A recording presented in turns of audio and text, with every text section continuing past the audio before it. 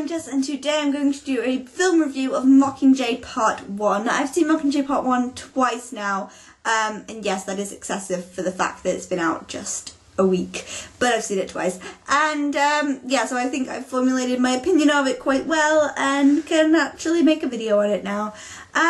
Yeah, so I'm going to start by saying Mockingjay, the book, Part 1, is not that great.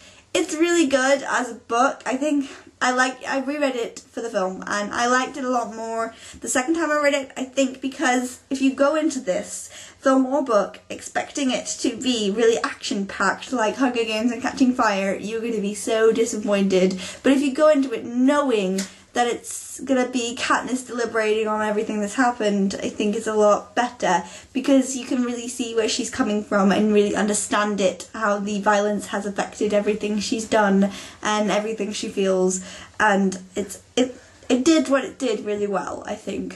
I think a lot of people are bashing on it because they're going into it expecting the high action thing that you get from Catching Fire and Hunger Games, but it's not that, because Katniss is really having a little bit of a down period, and the only thing you really get her doing is to propose, and other than that she's kind of just trying to figure out how she feels and who she is after everything she's had to be doing and had to force herself into the limelight and do whatever she could to survive. And I think it's a really interesting story, but a lot of people don't like that. I really enjoyed how they did it. They did it really, really well and straight to the book, and I think that was good. And the only thing they changed, really, that I really noticed was Effie. And I 100% am down with their decision to add Effie, because I loved Effie in this film. She was so funny with all her fashion choices in District 13, which is really like they wear the grey outfits, and then she has the grey outfit with like sunglasses and a bandana, and she has a belt around it, and she just does loads of different styles with this grey outfit, and it's really, really funny to watch what she comes up with next. I also love the film because we got to see a lot of things that we did not get to see in the book, like how the dam was exploded, and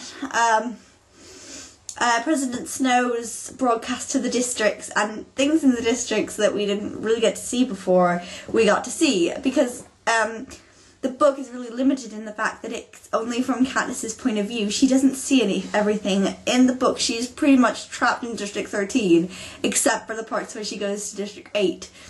But pretty much she's in District 13 all the time, and we're kind of limited with the story because of that, whereas in the film we're not limited by that, so we can go visit the other districts and see what the revolution's happening in theirs, which is really good. I really liked the bit where they all went up the trees in District 5, I think that was, and they went up the trees and they were like, if you burn with us, and then the bombs exploded. It was really good. I love Jennifer Lawrence's rendition of Hanging Tree. I love that that's gone really high on iTunes. It's just brilliant.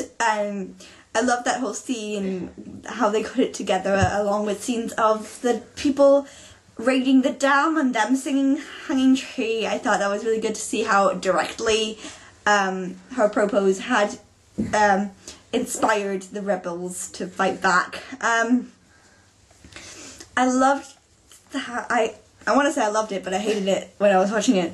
But how they did Peter's transition from just after the games to getting tortured gradually, every time we saw him, he was getting worse and worse, and it did make me cry the first time I watched it, because I wasn't expecting Josh Hutcherson to look so bad when we saw him the last time. It was so heartbreaking, which brings me to the last scene. I did love the last scene, and it made me jump. I really did not think it was going to be so jumpy, but it really is. It's so jumpy, and oh, I loved it. Really loved how they did that. And Jennifer Lawrence's eyes, when she woke up from being strangled, were the best. They did that so well with her red bloodshot eyes when she tried to speak. It was so good. I loved Cressida's character. I thought she was a lot better in the film, a lot more fleshed out as a character than she was in the book, I think. They don't really focus on her a lot in the book because she's not that important until part 2. So, yeah, I really enjoyed where it was going. I really like Gale in it because I don't think Gale's there enough. In the, like, I think one of the things I was kind of not excited for about Mockingjay was that Gale was in a lot, and Gale wasn't in the film a lot at all. I think that is a negative point for me, because I think if Gale, like, since for the films, Gale has not been in either of the films very much, and I think this one would have given a chance to character develop on Gale as not the just best friend, and because then the revelation in part 2 is going to be more hard-hitting, because we'd like him. Whereas I think people that have only watched the films don't really know too much about him in order to like him, other than he's Liam Hemsworth and he can shoot a bow and he's Katniss's friend. That's really all we know about him, and I think that's all we're ever going to know about him at this point.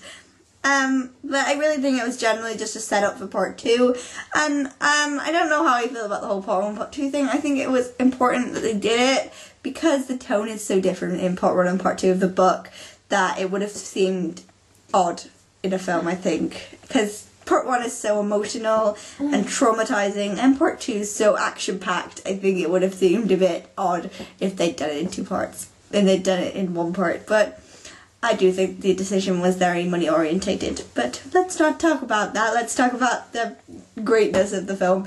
I give it a 4 out of 5 stars.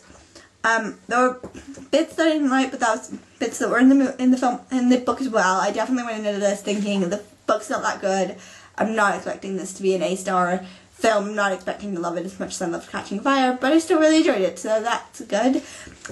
So that was my review of so that was my review of Mockingjay Part 1, and I will see you next time.